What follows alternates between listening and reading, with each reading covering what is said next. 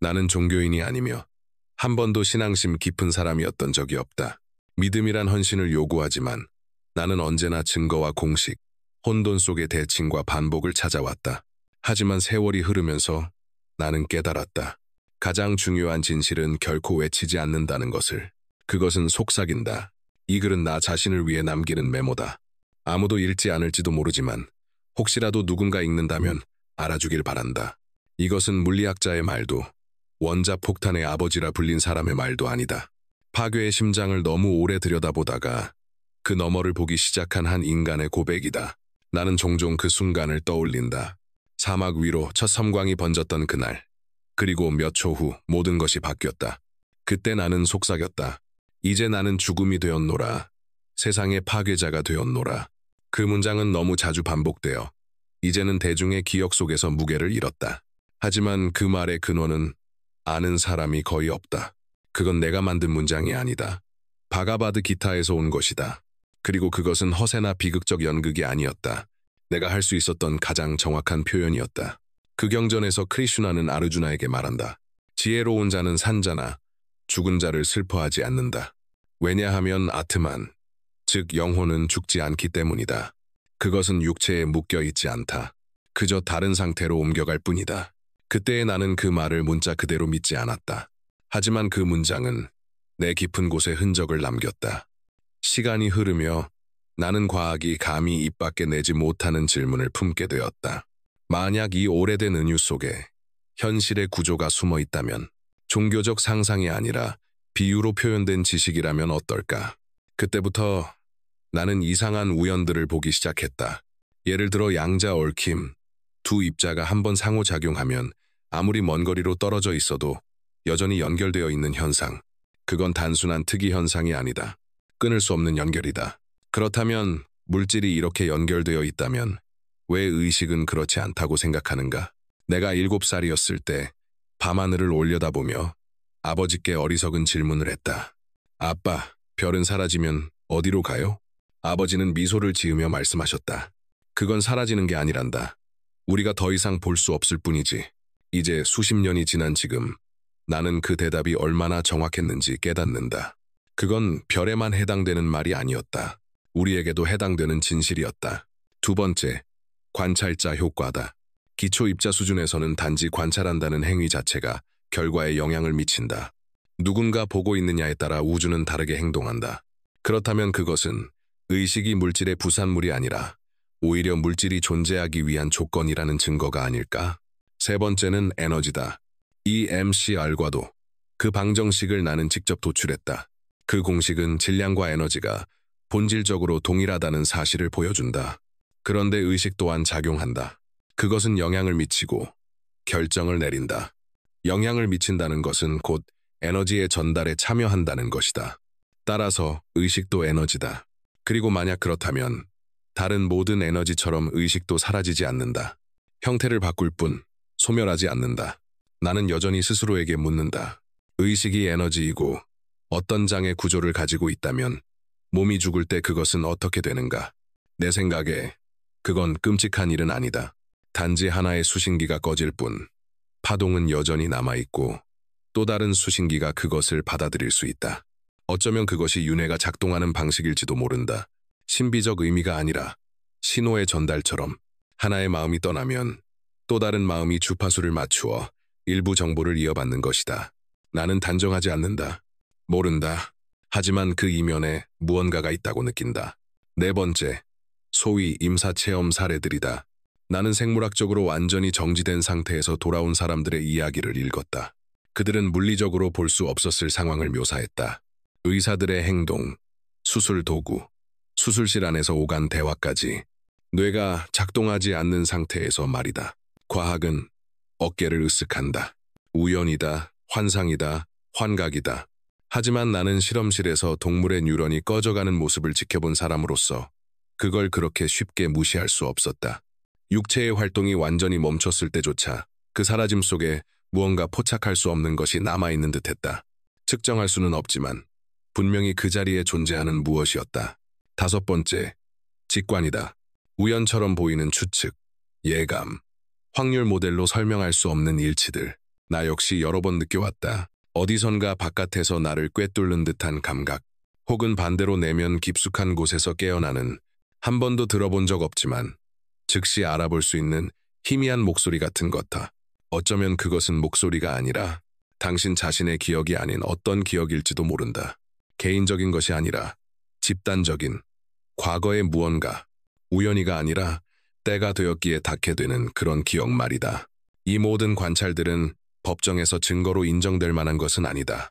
하지만 자세히 들여다보면 그 안에서 일정한 패턴의 구조가 드러난다. 그때 나는 깨닫기 시작했다. 의식은 사라지지 않는다는 것을. 그것은 두개골 안에 갇혀 있는 것이 아니다. 의식은 파동이다. 그리고 육체는 단지 그 파동을 받아들이는 수신기일 뿐이다. 만약 의식이 파동이라면 죽음은 소멸이 아니다. 형태의 희미한 사라짐일 뿐. 그 파동의 에너지는 여전히 공간 속에 남는다. 나는 피만과 나눴던 대화를 떠올린다. 그는 평소처럼 크게 웃으며 말했다. 밥, 너는 진리를 찾지 못할 거야. 하지만 진리로 향하는 그 길 자체가 우리의 진리야. 그땐 나도 함께 웃었다. 하지만 지금은 생각한다. 어쩌면 그는 우리 모두보다 더 가까이 있었던 것인지도 모른다고. 왜 우리는 육체가 멈추면 인간의 나도 함께 죽는다고 믿게 되었을까? 나는 아무것도 증명하려 하지 않는다. 신비주의자가 된 것도 아니다. 그저 자기 법칙 아래에서 무너지는 현실을 직접 본 한 사람일 뿐이다. 한 번이라도 물질이 마치 관찰되기를 기다리는 듯이 행동한다는 사실을 깨달아버리면 그 이후의 삶은 결코 예전과 같을 수 없다. 우리는 항상 모든 것을 설명하는 하나의 이론을 찾아왔다. 중력, 전자기력, 양력, 강력, 이 네 가지를 하나로 묶는 방정식. 하지만 나는 어느 순간 이렇게 생각하게 되었다. 어쩌면 우리가 찾는 것은 방정식이 아니라 관찰자의 의식일지도 모른다고. 나는 이 생각을 여러 번 동료들과 나누려 했다. 대부분은 조용히 들었고 몇몇은 정중하게 미소 지었지만 아무도 반박하지 않았다. 우리는 두려워한다. 의식이 물질 밖에서도 존재한다고 인정하는 순간 과학적 사고의 토대가 무너질까봐. 하지만 만약 그 반대라면 어떨까? 의식을 결과물이 아닌 원인으로 인정하는 것이야말로 모든 것을 연결하는 마지막 퍼즐 조각이라면. 그때 바가바드 기타의 한 구절이 다시 떠올랐다. 사람이 낡은 옷을 벗고 새 옷을 입듯 영혼은 오래된 육체를 떠나 새 육체로 들어간다. 나는 그 말을 문자 그대로 믿지는 않는다. 하지만 그 안에는 비유 속의 진실이 있다. 왜냐하면 사람이 죽을 때마다 그의 에너지, 기억, 감정, 사랑, 죄책감은 결코 완전히 사라지지 않기 때문이다. 그것은 다른 사람들 안에, 행동과 말 속에 측정하기는 어렵지만 느끼기는 쉬운 흔적으로 남는다. 이것은 공허한 비유가 아니다. 그것은 몸이 실제로 감지하는 것, 피부가, 벽 위의 그림자가 느끼는 어떤 존재다. 혼자 있다고 생각하면서도 누군가의 존재감을 느낀 적이 있는가? 나는 한때 함께했던, 지금은 이 세상에 없는 사람들을 떠올릴 때 그들을 이미지로 느끼지 않는다. 진동처럼 느낀다. 다르게 표현할 방법이 없다. 그건 마치 의식의 메아리 같다. 한때 살아 숨 쉬고 생각하고 고통받고 창조하던 그 의식이 이제 나에게 그리고 다른 이들에게 되돌아오는 것이다. 모든 것이 시간이 아니라 의미로 연결되어 있다는 느낌. 만약 그것이 사실이라면 죽음은 더 이상 권력을 갖지 못한다. 죽음은 끝이 아니다. 단지 채널이 바뀌는 것일 뿐이다. 어릴 적 나는 모든 것을 방정식으로 표현할 수 있다고 믿었다. 하지만 지금은 확신하지 못한다. 논리를 넘어선 곳에서만 느낄 수 있는 것들이 있기 때문이다. 이건 과학을 부정하는 게 아니다. 오히려 과학의 연장선, 공식만으로는 다 설명할 수 없는 지점이다. 어쩌면 우리는 착각하고 있었는지도 모른다. 의식은 단순한 부산물이 아니라 모든 것이 시작되는 근원적 힘일지도 모른다. 그렇다면 죽음 이후의 삶은 더 이상 환상이 아니다. 오히려 피할 수 없는 결과일 수 있다. 나는 종종 우리가 얼마나 많은 것을 모르고 있는지 생각한다. 먼 은하나 블랙홀의 비밀이 아니라 우리 자신에 대해 말이다. 지금까지 과학은 외부 세계 위에 세워져 왔다. 측정하고 무게를 재고 관찰하는 방식으로. 하지만 내면의 세계는 언제나 그 소나귀를 벗어난다. 어린 시절 나는 죽음을 공허, 침묵, 종결이라고 생각했다. 하지만 이제는 그렇게 단순하지 않다는 걸 안다. 너무나 많은 징후들이 무언가가 계속되고 있음을 말해준다. 내가 말하는 것은 천사나 나팔 소리가 울리는 사후세계가 아니다. 의식을 하나의 전자기장처럼 전등을 꺼도 사라지지 않고 공간 속에 남는 에너지의 장으로 보는 것이다. 그것은 단지 더 이상 육체에서 방출되지 않을 뿐 여전히 공간 속에 존재한다. 우리는 이미 알고 있다. 정보는 사라지지 않는다는 것을. 그것은 물리학의 근본 원리 중 하나다. 정보는 처리되거나 흩어지거나 변형될 수는 있지만 파괴되지는 않는다. 그렇다면 왜 우리는 인간이 떠나면 아무것도 남지 않는다고 믿게 되었을까? 옛 사진을 바라볼 때 나는 단순히 얼굴만 보는 게 아니다. 그 안에서 목소리를 듣고 움직임을 보고 감정을 느낀다. 이건 기억의 착각이 아니다. 마치 그 사람들의 일부가 여전히 내 안에 존재하는 듯한 감각이다. 어느 날 밤 이상한 감각에 잠에서 깼다. 누군가 내 침대 곁에 서 있는 듯한 느낌이었다. 하지만 아무도 없었다. 그런데도 존재감은 분명히 있었다. 나는 미치지 않았다. 나는 과학자다. 그런 내가 이렇게 느낀다면 어쩌면 우리는 유전자나 문화만으로 연결된 존재가 아닐지도 모른다. 그보다 더 거대한 무언가로 이어져 있을 수도 있다. 어쩌면 영혼은 시적인 비유가 아니라 뇌 바깥에 존재하는 실제 의식의 장인지도 모른다. 결국 뇌는 하나의 기관, 즉 살과 조직으로 이루어진 도구일 뿐이고 의식이란 그 도구를 인식하는 관찰자다. 그리고 그 관찰자는 도구가 망가진다고 해서 함께 사라지지 않는다.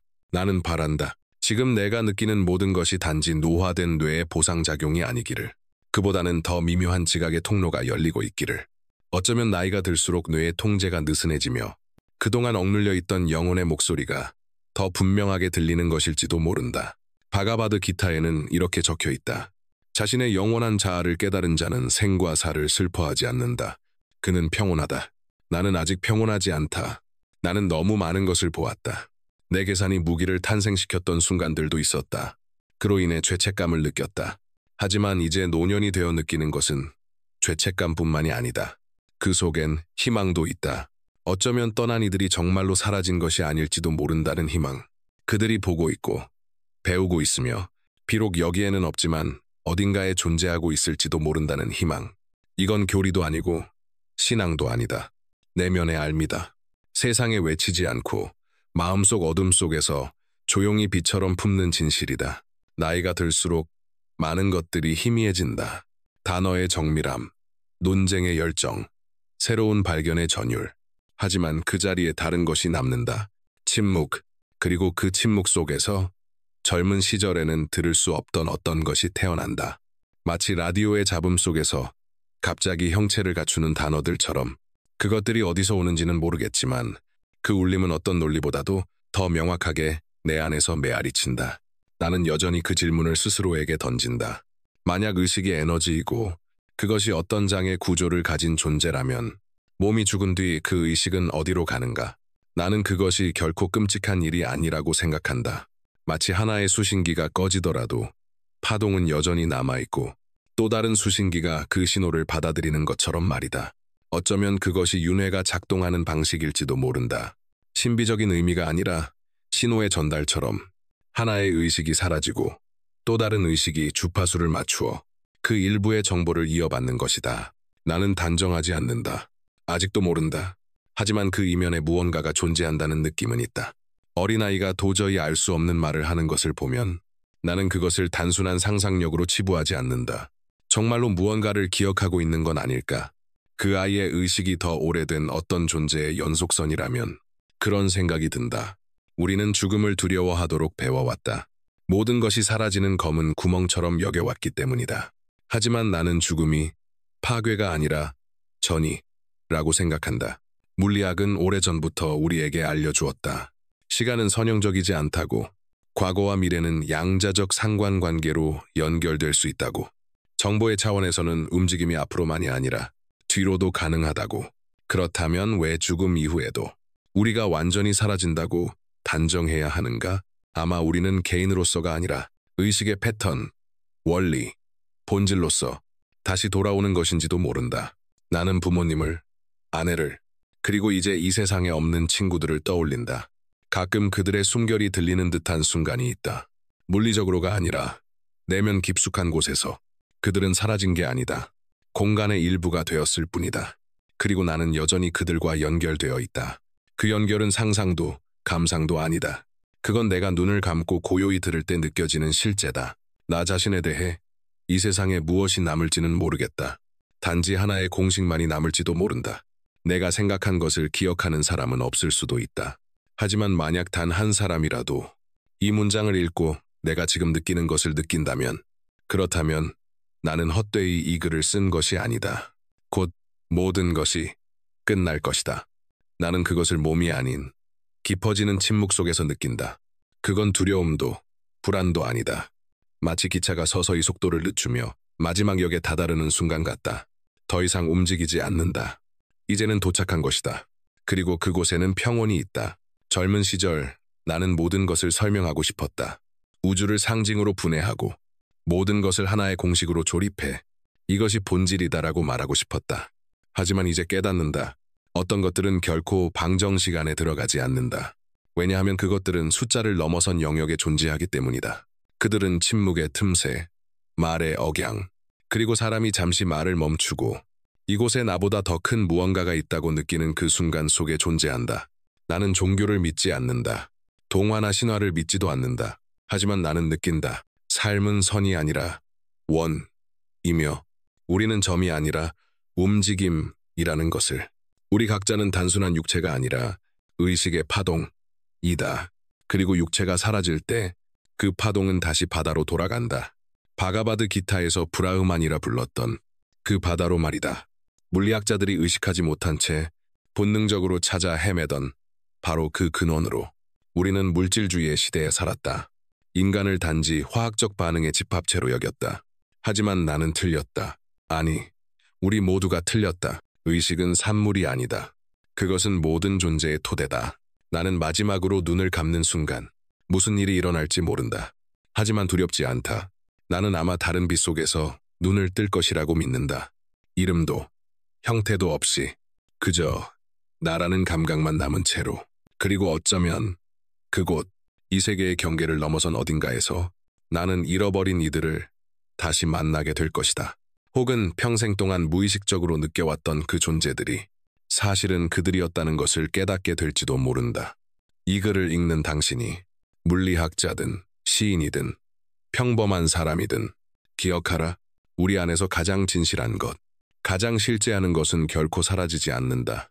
죽음도, 시간도, 망각도 의미로 짜인 것을 파괴할 수는 없다. 그것은 물질로 엮인 것이 아니기 때문이다. 당신 안에서 빛나는 것을 지켜라. 그것이 바로 영혼이며 모든 것을 넘어 끝까지 남을 존재다. 그리고 언젠가 지금으로부터 10년, 20년 혹은 100년 뒤라도 이 글을 발견하는 누군가가 있다면 그들에게 전해주길 바란다. 나는 성인이 아니었다. 나는 단지 너무 늦게 깨달았을 뿐이었다. 가장 중요한 것들은 측정할 수 있는 것이 아니라 느끼는 것이라는 사실을. 어쩌면 내 인생의 진정한 발견은 입자도, 방정식도, 폭탄도 아니었을지 모른다. 그보다는 조용히, 천천히 다가온 한 가지 깨달음. 진정으로 중요한 것은 바깥이 아니라 내면에 있다는 것. 우리는 우주의 끝을 들여다볼 수 있는 기계를 만들었다. 그럼에도 여전히 숨이 멈추는 그 순간을 두려워한다. 우리는 원자와 은하의 지도를 그렸지만 영혼의 지도는 그리지 못했다. 그런데도 매번 우리가 연민을 느낄 때, 누군가의 눈을 바라보며 처음 만났음에도 익숙한 무언가를 알아볼 때, 그리고 어떤 상실 앞에서 잃었기 때문이 아니라 한때 그것이 존재했기 때문에 슬퍼할 때, 그때 우리는 보이지 않는 의식의 장, 내가 평생 방정식으로 표현하려 했지만 결국 침묵 속에서만 느낄 수 있었던 그 에너지를 만지고 있는 것이다. 이 글이 나를 넘어 남을 수 있을지 모르겠다. 이 페이지들이 어떤 의미를 지닐지도 알 수 없다. 하지만 언젠가 어딘가에서 이 글을 읽고 조금이라도 위로를 느끼는 한 사람이 있다면, 그렇다면 나는 여전히 여기 있을 것이다. 목소리로서가 아니라, 전설로서가 아니라 하나의 패턴, 하나의 파동의 일부로서. 그리고 그 파동은 지금 이 글을 읽는 당신의 일부이기도 하다. 기억하라. 당신은 살과 뼈 그 이상이다. 당신은 생각 그 이상이다. 당신은 바로 의식 그 자체다. 그리고 의식은 끝나지 않는다. 들어주셔서 감사하다. 그 너머의 어딘가에서 다시 만나자. 로버트 드림, 이 이야기가 당신에게 생각할 거리를 주었다면 좋아요로 응원해주세요. 그래야 더 많은 사람들에게 이런 사색을 나눌 수 있습니다. 그리고 읽은 뒤 어떤 느낌이 들었는지 꼭 댓글로 남겨주세요. 모든 생각은 우리가 함께 공유하는 하나의 장의 일부이며 우리는 언제나 그것을 읽습니다. 끝까지 함께 해주셔서 감사합니다.